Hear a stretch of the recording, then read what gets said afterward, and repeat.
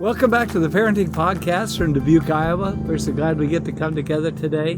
And we've been talking about communication and letting no corrupt communication proceed out of your mouth.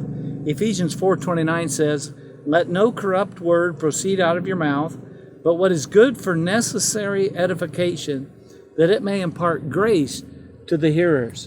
What does a different translation say? Okay, this is out of the Message, and it says, "Watch the way you talk. Let nothing foul or dirty come out of your mouth. Say only what helps, each word a gift." We want to be building up with our words. The last time I wrapped up with this statement that treat them like the champions they are, and they'll become the champions you want them to be. That's because the Lord spoke that to me in the church. I was in the sanctuary and walking across and thinking years ago and praying about the congregation, and the Lord spoke to me about the congregation and told me, treat them like the champions they are, and they'll become the champions you want them to be. That's good. And there's such a power in there that we want to minister grace to our children. And grace in a believer's life it involves the desire and the power to do God's will. And so we want to be speaking to people, especially our children, in such a way that it imparts to them a desire and the power to do the will of God. You know, you can Job's wife, for instance, say, "Curse God and die." Well, that was not inspiring him with the power to do God's will. Yeah. And you can take the air out of somebody's sails, or you can give them wings to fly if you'll just relate to them rightly. Yeah, I was thinking about this, and I was thinking about the fact that we want to think about speaking to the strength that is in our kids instead of speaking to their fear. Yeah. All children have fears, and we don't want to just say, "Oh, you shouldn't be afraid."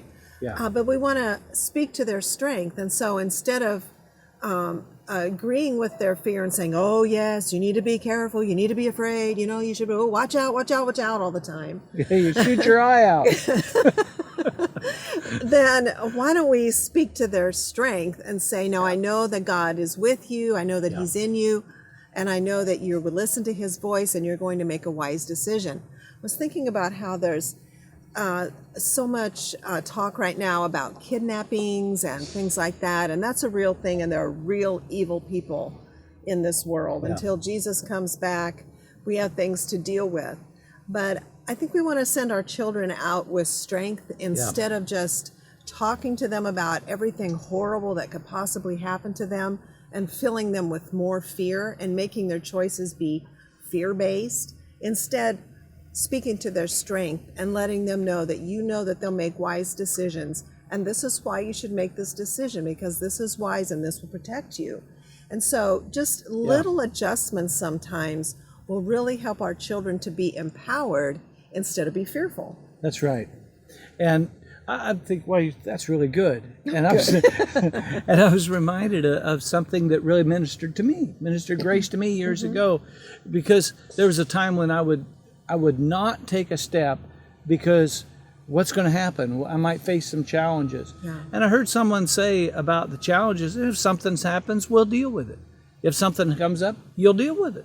And that really ministered grace to me, that, it doesn't mean that life doesn't mean that you won't ever run into a difficulty or something that challenges you, but all of a sudden you have confidence that you can handle it. And those kids, they have strength. Speak to their strength and help them to get that picture on the inside. Yeah, I'm up for this. I'm able to do this. Yeah. So they can do all things through Christ that strengthens them. They are what they are by the grace of God. Amen. So thanks for joining us this week. Speak to those champions of yours. Help them to become the champions you want them to be. We love you. Have a great week. See you next week.